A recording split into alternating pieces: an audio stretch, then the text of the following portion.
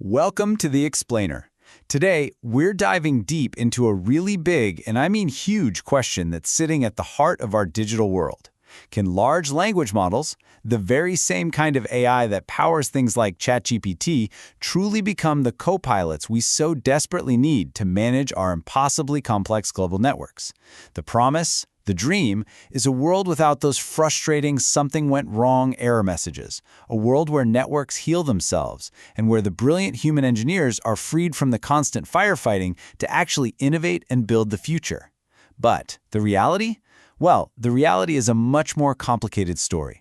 It's a story of immense challenges, of very real practical hurdles, and of the absolutely brilliant engineering solutions that are being built right now to bridge that enormous gap between the hype you read about and the hard reality of running a production network. So we have a lot of ground to cover, and we've structured this explainer as a kind of 5-act story. This is our roadmap. We'll start in Act 1 by grappling with the problem itself, the crushing, almost incomprehensible complexity of modern networks. Then, in Act 2, we'll introduce the large language model as a potential hero, a new hope. Act 3 is the crucial reality check, where we look at the massive chasm between what works in a lab and what's needed for the real world. That leads us to Act 4, where the real engineering magic happens, as we explore how the industry is building a trustworthy co-pilot, not with blind faith, but with smart architecture. And finally, in Act 5, we'll look to the horizon, at the road ahead and the remaining hurdles on the path to truly autonomous networks. All right, let's get started. To really get why we're even having this conversation about AI co-pilots, you first have to have a deep, almost visceral appreciation for the scale of the challenge. We're calling this section the unmanageable beast. And believe me, that is not an exaggeration. We're talking about a global, interconnected system that has grown so vast, so intricate, and so fast that it has far surpassed the capacity of even large, dedicated teams of very smart humans to fully comprehend, let alone manage manually. It's a beautiful creation that connects us all, but beneath the surface, it's a beast of our own making. So why? Why is this beast so incredibly difficult to tame? It's not just a matter of size, though the size is staggering. The real difficulty is rooted in a set of deep, interconnected problems that compound each other, making any kind of manual management slow, dangerously error-prone, and fundamentally unscalable in the 21st century. So we're going to break down the 3 core burdens that every single network operator on this planet, from the hyperscale cloud providers to your local internet company, has to face every single day. Okay, let's really dig into these 3 burdens, because they're not just separate problems, they're a tangled mess that feeds into each other. First, let's talk about diverse conditions. I want you to picture something. Imagine you're a UN translator, but instead of translating between, say, English and French, you have to be fluent in dozens of languages, some of which are ancient dialects, some are brand new, and they all have different grammar and syntax. And to make it worse, the instruction manuals are often incomplete or outdated. That's exactly what a network engineer faces. You've got your Cisco devices speaking iOS, your Juniper gear speaking Junos. Then you have Arista, Nokia, Huawei, each with its own command line interface, its own way of defining a VLAN or a routing policy. It's a technological Tower of Babel. And we're not just talking about the big routers and switches. Think about firewalls from Palo Alto Networks or Fortinet, load balances from F5. Every single piece of this puzzle speaks its own language. So when you want to implement a simple security policy across the board, you can't just write one script. You have to become a polyglot, writing bespoke, custom instructions for every single vendor's equipment. The chance for error there is, well, it's enormous. Now let's stack the second problem on top of that, the translation problem. This is where human intent meets machine reality. A business leader comes to the network team and says, I need our new video streaming service to be highly available and have low latency for our customers in Europe. That's the intent. It's a simple, high-level business goal. But what does highly available actually mean in network terms? Well, it means configuring redundant paths. It means setting up BGP policies to prefer certain routes. It means ensuring your load balancers are correctly distributing traffic. It means configuring quality of service, or QoS, to prioritize video packets over, say, email. Each of those tasks involves translating that simple English phrase into hundreds, maybe thousands of lines of highly specific, syntactically perfect code. A single misplaced comma, a typo in an IP address, a forgotten access control list entry. Any one of those tiny mistakes can bring the whole service down. It's like trying to write a flawless legal contract in 10 different languages simultaneously, where a single typo could invalidate the entire agreement and cost your company millions. This manual translation is slow, it's tedious, and it is a massive source of human error, which is the cause of most network outages. And that brings us to the final nail in the coffin, the scale challenge. Now, if you were only dealing with 10 devices, maybe you could handle this complexity. But we're not. We're talking about global networks with thousands or even tens of thousands of devices. Imagine the scenario I just described. Translating that business intent, now imagine having to do it across 5,000 switches, 1,000 routers, and 500 firewalls spread across dozens of data centers worldwide.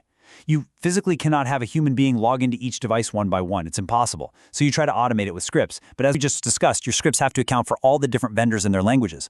So your automation scripts themselves become monstrously complex. They have to have logic like, if this device is a Cisco Catalyst 9000, then use this syntax. Else if this is a Juniper MX series, then use this completely different syntax. Your automation becomes as complex as the network itself.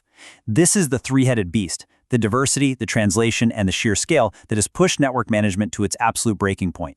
And this is the context, the deep, painful context for why the idea of an AI copilot isn't just a cool tech trend. For many, it feels like the only way forward. So, into this landscape of chaos and complexity steps a potential hero, the large language model.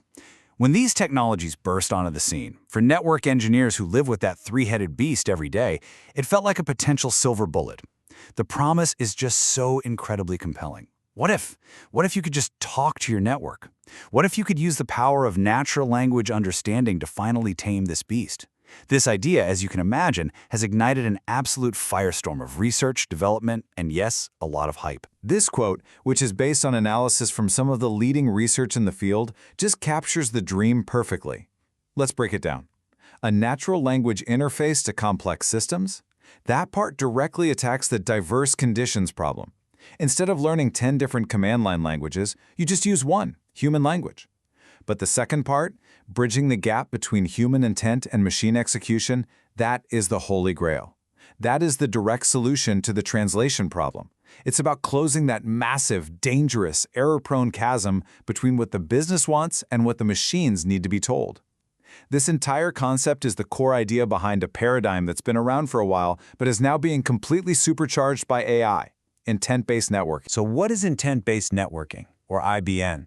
At its heart, it's a fundamental shift in how we interact with technology.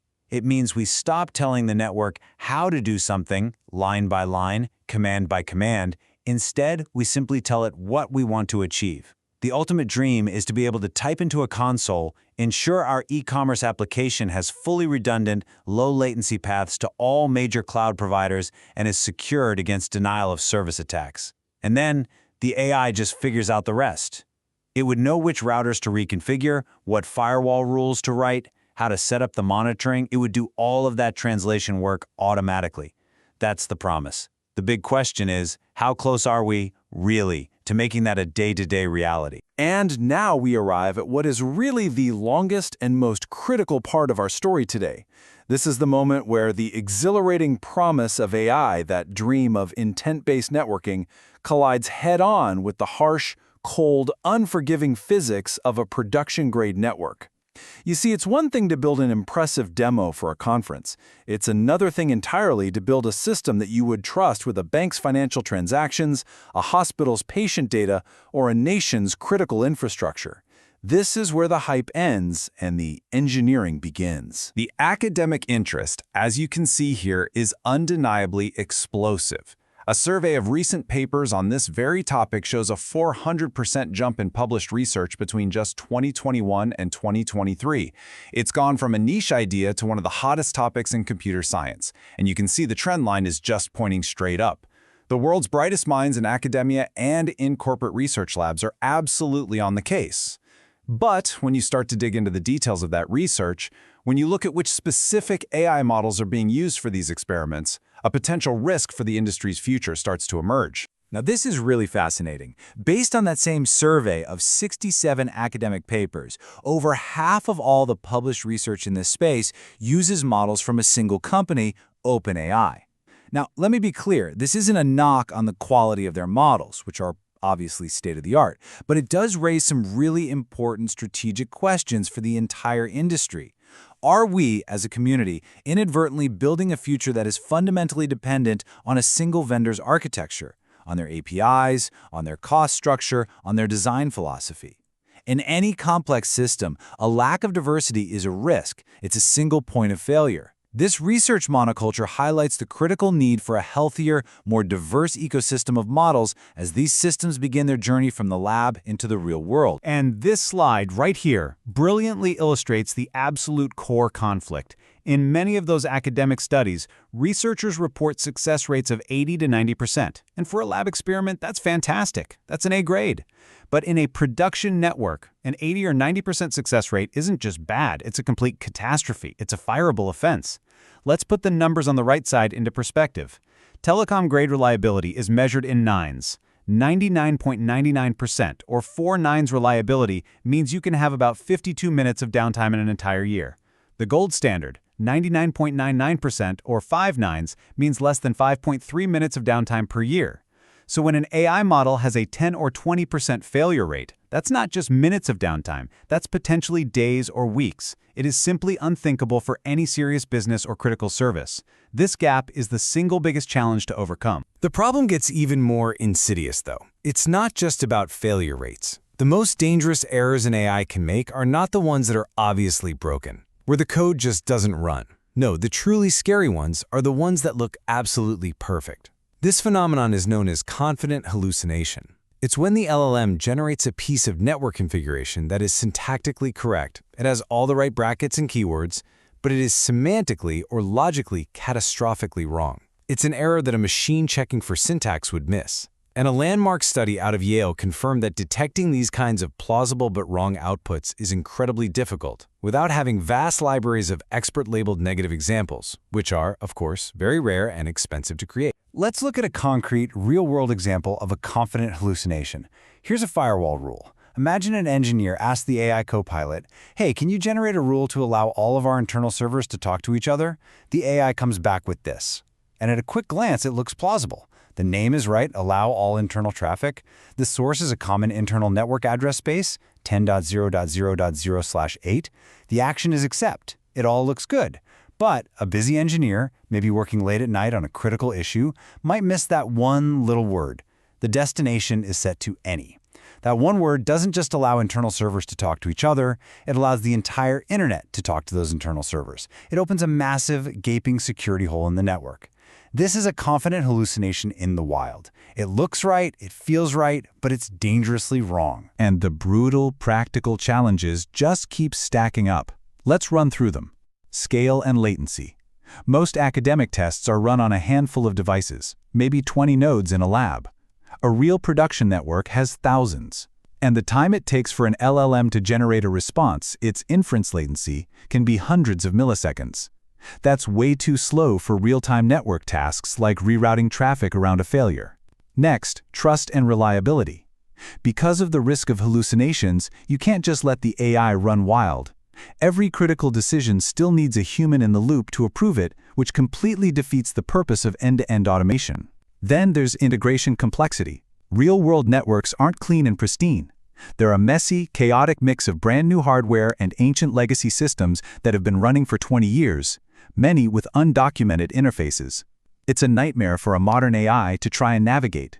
And finally, let's talk about cost. These powerful AI models are not cheap to run. The computational cost of running LLM inference at scale can be 3 to 5 times more expensive than using traditional, script-based automation tools. These are the real-world, dollars and cents hurdles that have to be cleared. So after hearing about all of those challenges, the reliability gap, the hallucinations, the cost, the latency, you might be thinking the dream of an AI copilot is dead on arrival. But it's not at all. This is where the story pivots. This is where the real creativity comes in. The industry is responding to these challenges not with blind faith in AI, but with brilliant, pragmatic engineering. They are building a bridge from the promise to the reality, piece by piece. Let's see how they're making AI safe enough for production networks. The first, and maybe the most important, safety rail they are building is a technique called Retrieval Augmented Generation, or RAG. Here's a good way to think about it. An LLM on its own is like a brilliant but sometimes unreliable intern who has read the entire internet but has no real-world experience. You wouldn't just let them start reconfiguring your network based on memory. RAG is the act of being a good manager.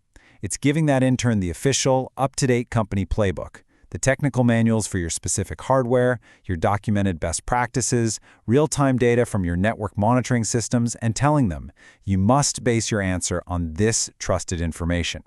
This act of grounding the AI in verified contextual facts dramatically, and I mean dramatically, reduces the risk of it hallucinating or making things up. It forces the AI to work with facts, not fiction. The next critical safety component is the digital twin. So even with RAG, you might still want another layer of protection. A digital twin is an exact, virtual replica of your entire physical network running in a simulated environment. It's a living, breathing model that is continuously updated with the state of the real network.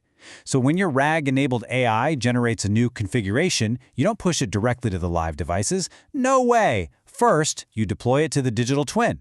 This allows you to see the full impact of that change in a perfectly safe sandbox. Will it cause an unexpected routing loop? Will it accidentally block critical traffic to your database? You could find out without any real-world risk.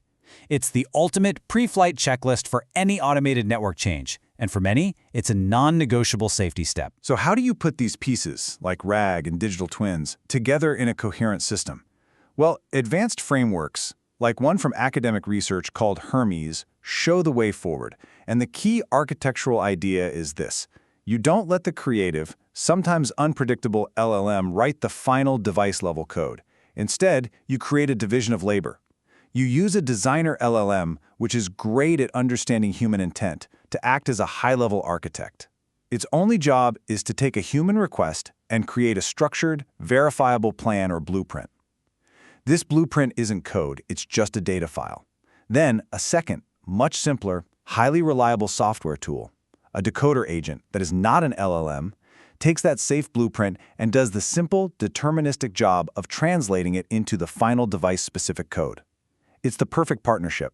Creative, high-level planning from the AI and precise, reliable execution from a traditional, trusted software tool. And I want to be very clear, this hybrid safety-first approach isn't just a theory in a research paper.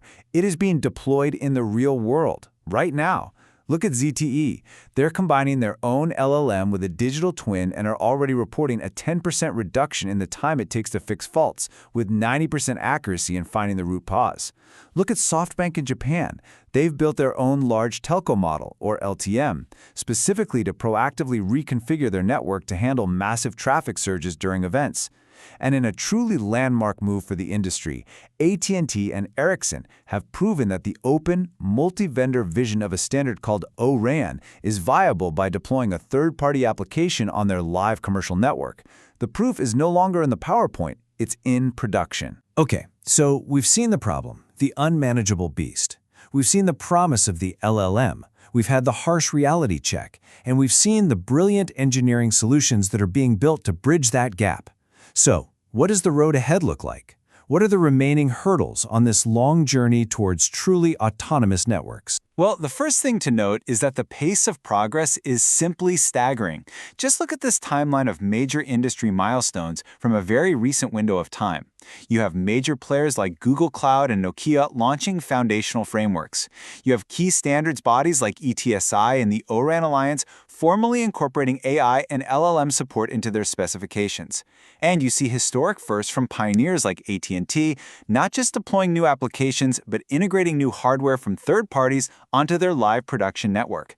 This isn't a slow trickle of progress. The momentum is real, it's palpable, and it is accelerating week by week. But despite all that incredible momentum, significant final frontiers remain. First, there's a clear move towards specialized models. The industry is realizing that general-purpose LLMs trained on the whole internet aren't enough. We need models trained specifically on network and telco data, like Nokia's model, NTT's Suzumi model in Japan, and collaborative efforts from groups like the Global Telco AI Alliance. Second, we desperately need more real-world validation. We need more long-term production trials to study reliability and performance over months and years, not just hours. Third, a huge challenge for researchers is the lack of standardized datasets. Without public, high-quality, labeled datasets for networking tasks, it's incredibly hard to benchmark different approaches and know what's truly working best. And finally, perhaps the biggest challenge of all isn't technical. It's about AI governance. It's about establishing clear, robust frameworks for accountability. When an AI makes a mistake that causes a billion-dollar outage, who is responsible? How do we ensure fairness and manage algorithmic bias? These are the tough questions we have to answer. So it's clear the AI copilot is being built. It's not a single product. It's a complex system being assembled piece by piece with the necessary safety rails like RAG and digital twins being put in place. The crucial question is therefore shifting. It's no longer, can this technology work? The answer to that is increasingly yes in the right architecture. The real question is becoming, when will we as an industry and as a society be ready to trust it? Are we ready to let it fly? This leaves us with a final thought. The future here isn't about machines replacing humans. It's about creating a new, essential, and deeply collaborative partnership between them. We have to be willing to eventually let the co-pilot fly, but we also have to commit to becoming the best possible human pilots to train it, to guide it, and to work alongside it. Thanks for joining us on The Explainer.